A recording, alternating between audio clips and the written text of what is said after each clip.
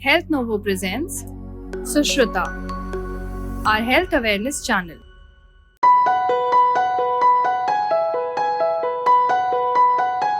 नमस्ते, मैं हूं डॉक्टर निहार पारेख, मेरे साथ है डॉक्टर पंकज पारेख। नमस्कार। और आज हम बात करेंगे नवजात शिशु के जॉन्डिस के बारे में, जिसे हम पीलिया भी कहते हैं। ये नवजात शिशु का जॉन्डिस जो अगर पहले 24 घंटे में हो तो एक तकलीफ की बात है।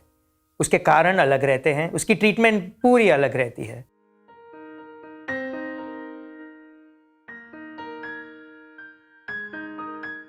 लेकिन अगर 24 घंटे के बाद पीलिया आता है तो वो बहुत ही कॉमन बात है, बिल्कुल टेंशन करने की बात नहीं है।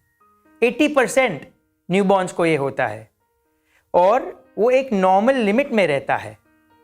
कई बार ये जॉन्डिस नॉर्मल लिमिट से ज़्यादा बढ़ जाता है। जब आपको आपके डॉक्टर के पास लेके जाना चाहिए, उसकी जांच करानी चाहिए।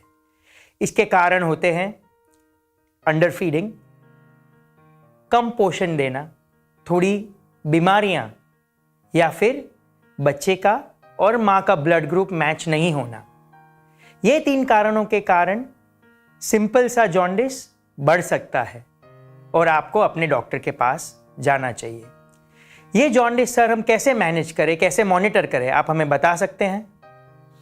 ज़्यादा करके बच्चों में जो जॉन्डिस होता है, इसमें कोई ट्रीटमेंट की ज़रूरत नहीं होती है।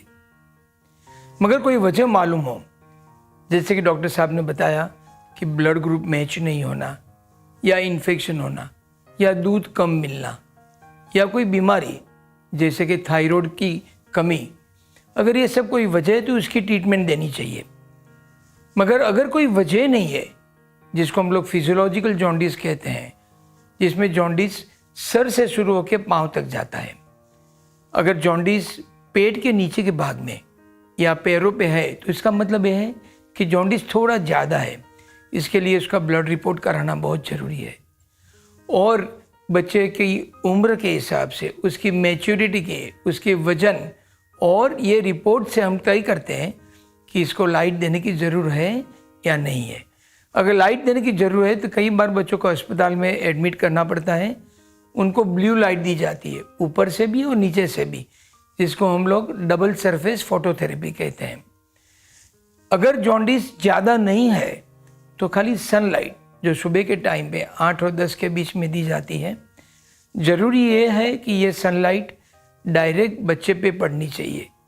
अगर सामान्य कांच की विंडो, ग्लास की विंडो से भी अगर सनलाइट आती है तो उसकी इफ़ेक्ट नहीं आती है। कोई भी ट्रीटमेंट के टाइम पे, अगर वो ब्लू लाइट हो या सनलाइट हो, आपको ये ब्लड रिपोर्ट 8 या 12 घंटे से वापस रिपीट करना चाहिए, जब तक वो इतना कम हो जाए कि जिसमें बच्चे की पूरी सेफ्टी हो।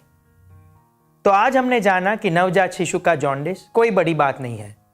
ये काफ़ी कॉमन अकरेंस है। इसकी ट्रीटमेंट कुछ घबराने जैसी नहीं है। ये रोग कोई बड़ा नहीं है।